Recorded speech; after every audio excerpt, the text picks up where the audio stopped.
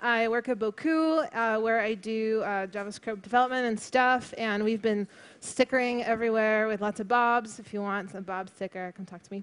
So a little bit about me, because you might not have heard of me before. I'm a programmer. I've been programming since I've been 9, and all is great. And my focus has been data visualization. And I've been working a little bit on my own, and this year with the Guardian newspaper interactive team, where we've been working on some open source libraries and some interactive pieces for the Guardian.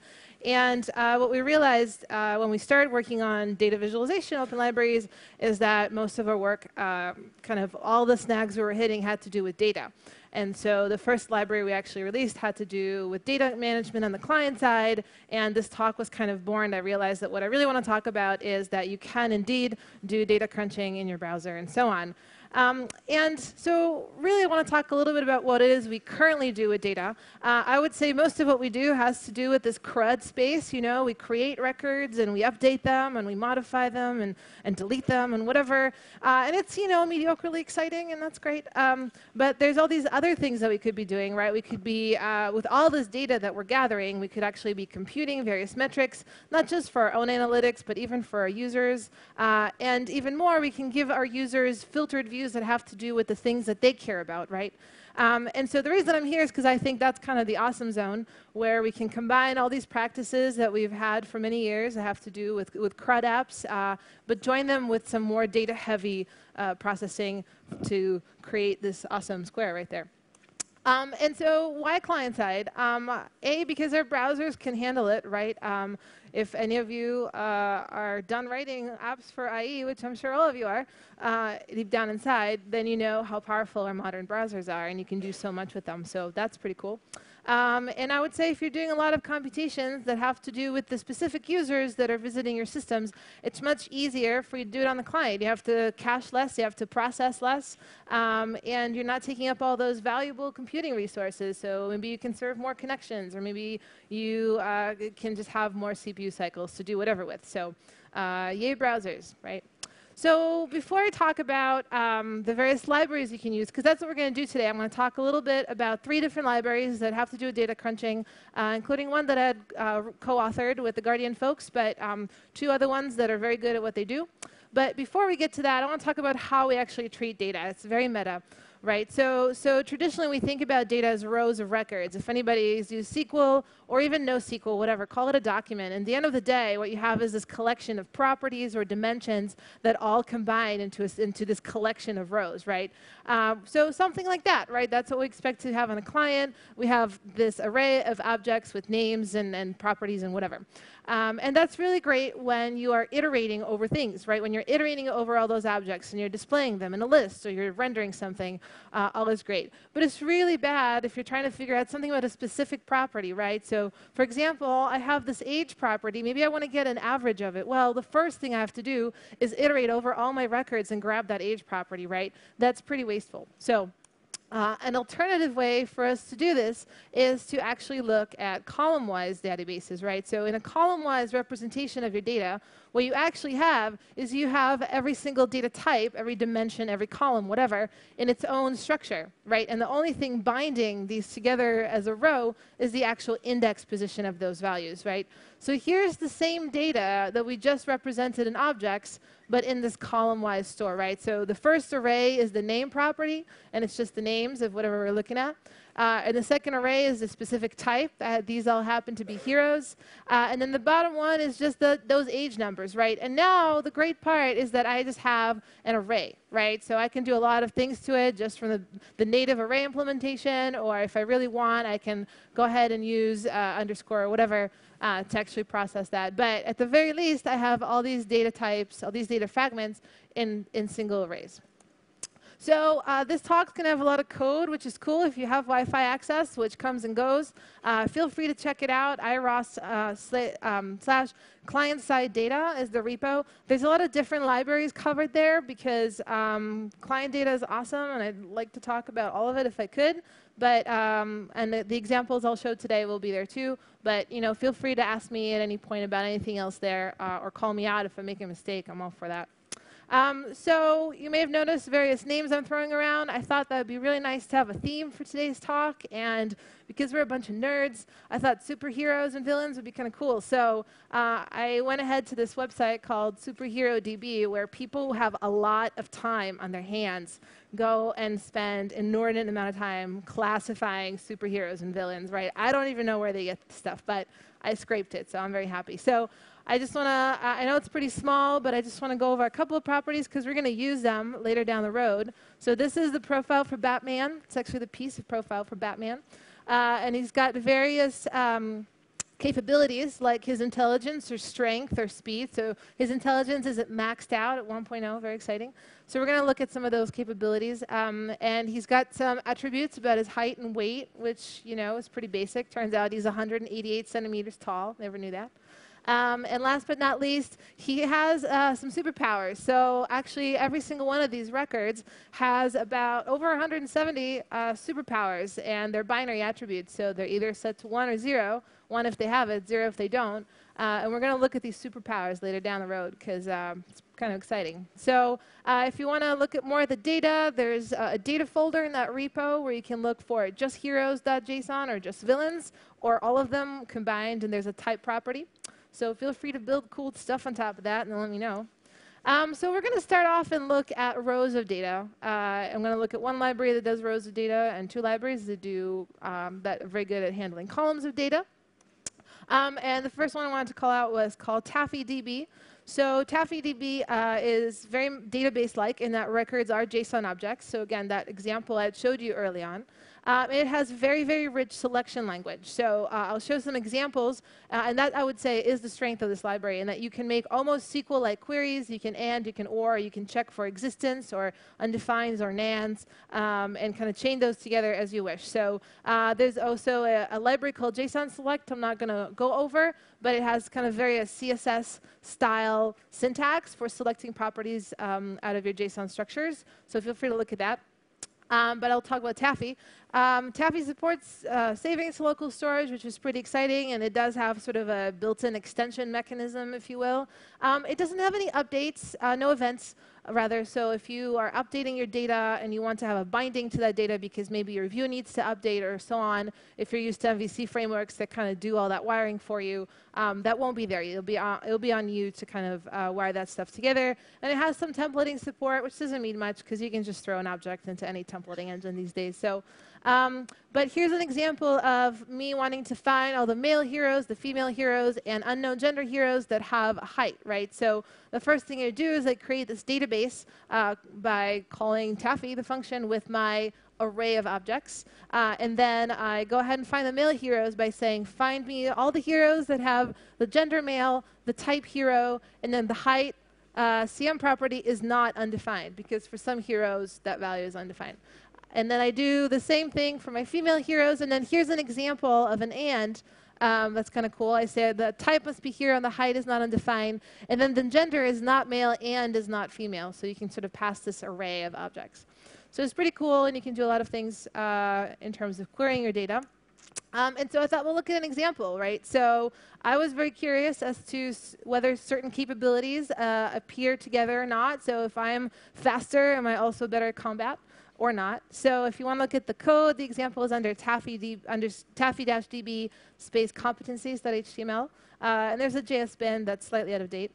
But so what we want to do first, really, are pretty much the only Taffy part of this example is to find all the heroes that have all the competencies defined, right? Because the last thing we want is to be comparing ones that have some and don't have some. So this is me really pretty much just doing my query. I go ahead and I say, give me the 6 that I'd shown you, and make sure that they are not undefined, right? So, and then the rest of this is actually a bunch of D3 code, which I'm not going to go over, even though Paul said I want to talk about visualizing big data.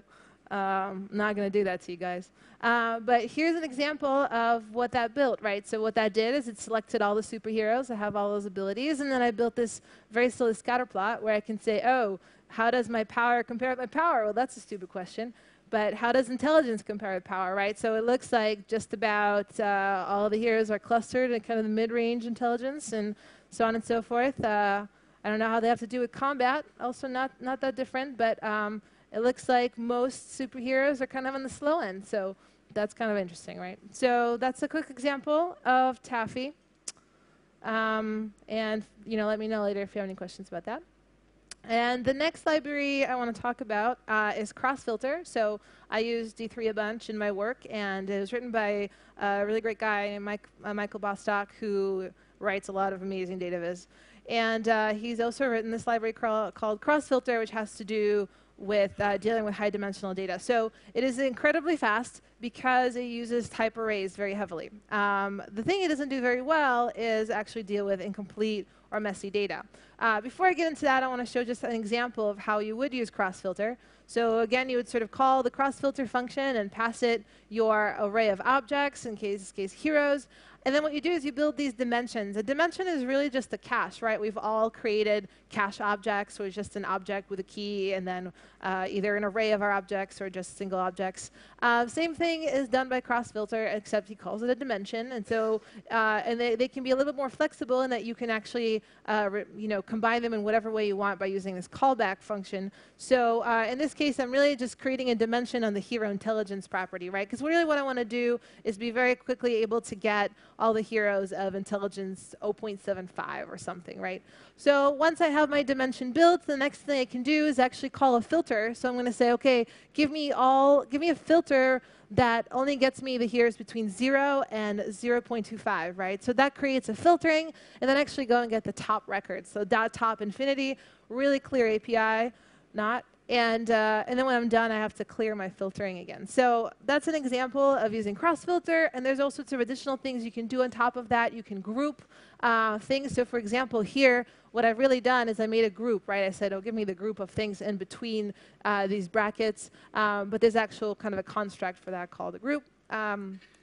So I mentioned typed arrays a little bit, and I want to talk about them because typed arrays are really, really cool. They allow you to very quickly manipulate raw binary data because what you start off with is just an array buffer, and then you kind of say, oh, I'm going to look at it at 8-bit chunks or at 16-bit chunks or whatever. And it's nice because they initialize by default to 0 instead of undefined, which is what traditional JavaScript arrays initialize to, which is really fun if you've ever done data things. And it's nice because you can share buffers. You can have multiple views applied to the same array buffer. And if you know the dimensions of your data, if you know you're only going to look at values from 0 to 255, that's great because you can have a really small memory footprint. But the problem with typed arrays is that just about anything that doesn't conform within the dimensions you specified is going to turn into a 0. So a nan, an undefined, a string, or even a value that is outside the range, right? So here I'm defining an unsigned 8-bit integer array. And what that means is I can fit value from 0 until 255 into it. And what happens when I put a value outside that range, for example, 258, what I actually get is the number 2. Because it's going to just roll over. It just does not have enough bits to fit that data. So you have to be very careful because you're not actually going to know that this is not going to throw an error, right? And the same happens in CrossFilter.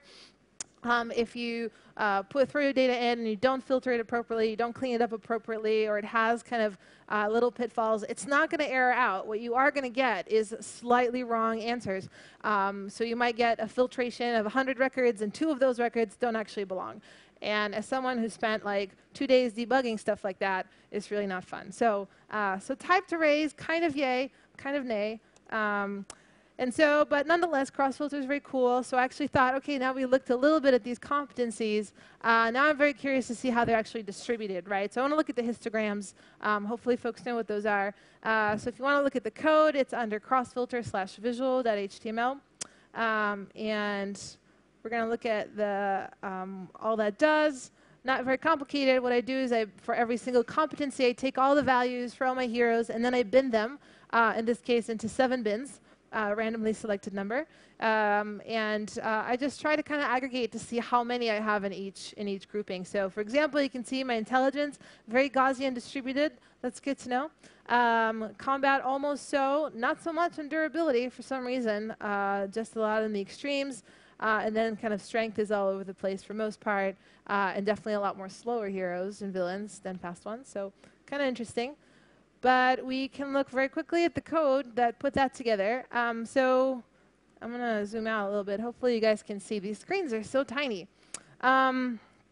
So the first thing we're going to do, and this, again, is not really cross-filtered. This is me using underscore because, again, I'm trying to first reduce my data to make sure I only have records that aren't going to break cross-filter. So here, I just iterate over all of them and make sure they're not undefined or nan, and then only get those records. But then what I really do is for every competency, I build this dimension.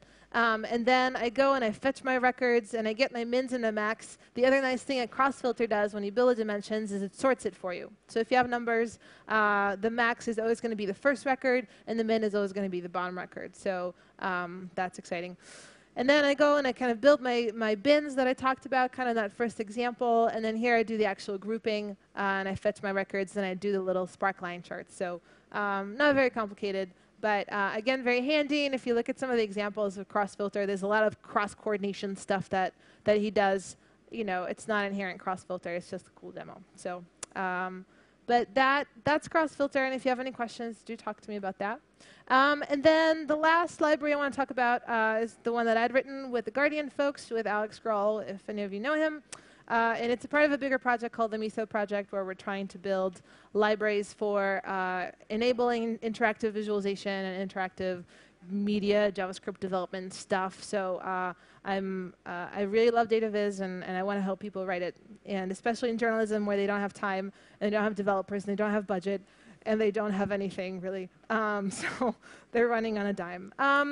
So we built Dataset to kind of try and cover the entire workflow of data management. So this is kind of an FSA, but not really, in that what you start with is you fetch your data. And fetching your data most of the time is really simple, right? Because all you have to do is make an AJAX request for a JSON file. Well, sometimes it's more complicated. Sometimes you're going over WebSockets. Sometimes you actually want to do polling. And sometimes you want to reset your data every time. And sometimes you want it to be unique against the data you already have, because maybe you're polling Twitter every second and you get an overlap in records, right? So all those sorts of things are really stupid, mundane data things that nobody actually wants to deal with. So we try to build into Dataset this idea of importers that really have to do with just fetching of your data, right? They don't do any data processing. They don't do any data management. Their only job is to go ahead and fetch things. And by default, you know, they just go and make a JSON request, an AJAX request for whatever type of file. But practically speaking, you can kind of write your own. We've written our own. So we have one, for example, for Google Spreadsheets, because that's a commonly used data store in journalism. And also a really easy way to plop your data in, and a really hard place to get your data out of. So if you've ever tried. And then the next step is really parsing it, right? So again, if I just have my data formatted into arrays of objects, that's awesome, but most of the time that's not going to happen. And so what we do is we have things like comma delimited parsers and Google spreadsheet parsers, which is absolutely the most horrible format, and whatever other parser it is you really want. So if somebody wants to write an XML parser, please do. We don't, so we're not going to. And then once you do, what the parsers really do is they combine all the data into this unified format that Dataset actually uses. And from there on, you can do a bunch of different things. You can compute various values. You can filter the data in whatever way you want. And you can derive new data sets out of that data. And the nice thing that you can kind of, once you do one of those operations, you can do the rest. So for example, a selection from the data set is actually another data set. To be more specific, it's something called a data view, in that it's immutable because it's not supposed to be mutable. It's tied to your original data.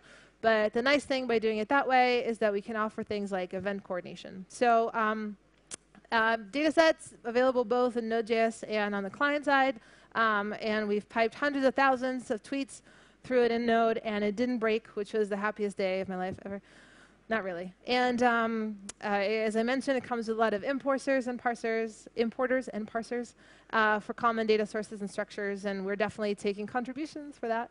And it has this idea of evented views. So once you have a selection from your data set, or maybe a selection from a selection from a selection, doesn't really matter, you can enable synchronization between them with just a little flag. And what it does is whenever you add or remove or update records, it's going to pipe those events to those views. So it becomes really nice if you have various visualizations or other views built on top of selections. You're not responsible for propagating those changes yourself. You can just kind of enable that in the data set, and it'll, you know, trigger the events you're expecting. And then it has some common math functions, mins, maxes, means, whatever. We're always writing more as people ask for them. And some derived functions. And by derived, I mean things like group bys or count bys, or some of those slightly more complex SQL-type things that come at the end of the query after the where. So we try to have as many of those as people ask for, again. So here's an example. For if I want to just go ahead and fetch my heroes from a URL, I go and just say new miso dataset from a URL. Or if I have it locally, I can just use a data property instead. And then I go ahead and I call heroes.fetch then. So in the background, it uses deferreds. If you really want to pass it a success or an error callback, you can. But by default, we really want people to use deferreds because you can chain them and do all sorts of great things. And so all that's going to do is it's going to output the length of my data set, which is I have 570 in my data set. Or a slightly more complicated example. So I go ahead and I get my heroes, and then I want to count them by the hair color because I'm very curious what distribution of hair colors are in my heroes. And then I go ahead and actually sort them. So we take, for those of you who use underscore and do not like the sort by only taking one value, neither do we. So we have a sort by function that takes both rows, and then you can kind of define however you want to compare the two, as long as you return 1, -1, or 0.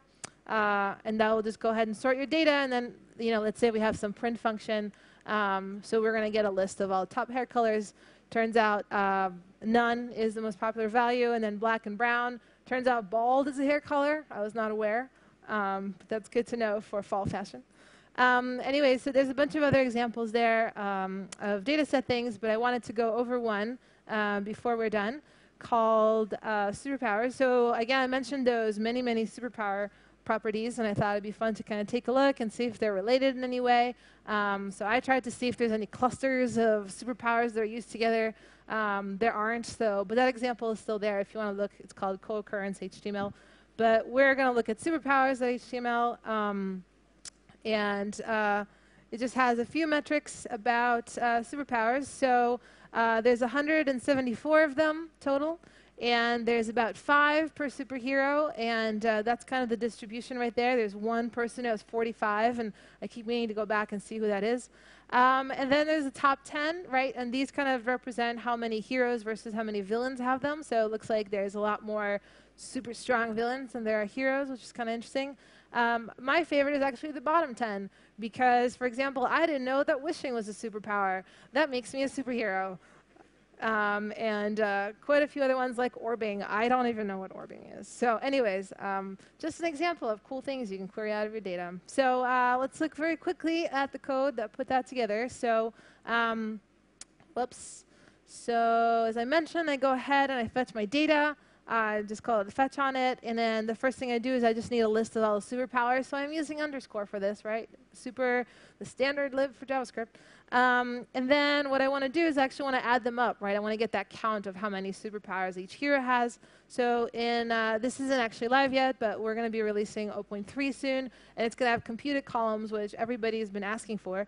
But it's just a way to make a column that you don't actually have the data for to begin with. It's actually a calculation of a bunch of properties, whatever. And the nice thing is that stays in sync for you. So if you're updating anything about your rows, all your computed columns are going to go and recalculate for those specific rows. So that's pretty fun. So really all I do here is I say, create this column called SPCount. And it's going to be a number. And then please just go ahead and add them up, right? I'm just doing a little inject here, starting with 0. Basically add the zeros and the ones, which is pretty simple. And then I go and I update those little charts. And so that's an example. In terms of iterating over all my data, I can just call .each. Again, very common pattern. And then this is sort of our selection mechanism, and that you can just call .where and pass in a function. As long as it returns true, that function will be included in your selection versus not, right? So again, very basic. And the rest is all just kind of HTML updating and stuff. So that's miso data set in a really quick whirl, and that's the one I can answer the most questions on. If you ever need anything, please ping me about it. And I just want to kind of sum up a couple of things that I learned from data crunching in the browsers. Is the first thing, of course, to think about whether you're going to, most of your operations involve rows or columns, because you may need both, or you may want to optimize for one or the other. You may have seen that I mix and match my libraries all the time, right? I've used underscore in just about all my examples because sometimes it's really fast. But beware of iterating too much, right? If I call .filter and then .reject, then .each, that's 3 times that I've iterated over all my data. So there may be a more wise way for you to do that. And there's a couple examples for underscore as well in that repository. Beware of premature optimization, right? So I like performance testing like the next guy, but unless I know that I'm going to have 200,000 records on my client, I really don't care, because practically speaking, when you're dealing with maybe a few hundred or even a few thousand records, those performance metrics might not really be very accurate, because they're going to be impacted by the load on your machine, what your other tabs are doing, all the other JavaScript running on your page. So they're just less consistent. So as much as I say everybody performance test your code, practically speaking, if you know you're not going to deal with a lot of data, pick the library that works the best for you instead of the one that might just like be 2% faster in that guy's benchmarks. If you're going to be searching a lot through your data, then pre-cache it, right? Just create those objects. Some of the libraries I showed allow you to do that, or they allow you to filter things or so on. But beware of overcaching, because keys also take space, right? Anybody who uses any NoSQL databases, like I do sometimes or whatever, we all know that keys take space. And it's really nice to structure with these really smart keys that you can very easily select, but at the same time, that is costly. And if you're going to be only using a subset of your data, be sure to filter that out and then act on it. There's no reason to have your data there if you're not going to be using it. And don't forget to clean up your events, right? If you have UIs that are tied to your data that have events and so on and so forth triggering, then the best thing you can do is make sure those are outbound when you're done. And last but not least, not everything can be client-side, right? So I still do a lot of my data crunching in R or on the server or wherever it is I need to have it happen, because the reality is most of the time my data doesn't start with 500 records. Thankfully, there's not that many superheroes or villains to keep track of. But the nice thing I can do is when I do have multiple UIs or visualizations or whatnot that all require the same subset of data, the best thing I can do is come up with that smallest subset and pipe that to the client.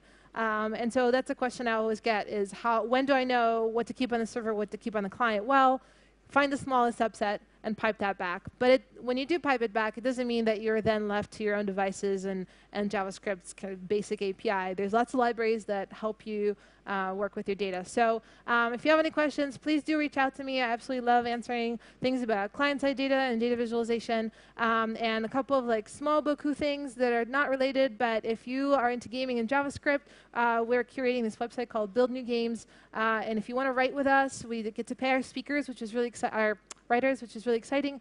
So contact me or email admin@Boku. And we've all been talking about functional programming and O programming, and I'm tired of that argument. So if you're interested in application control flow management, which is really what we need, just come chat with me for a library that we're alpha testing now, and I'd love to give you access and get your opinion. So that's that.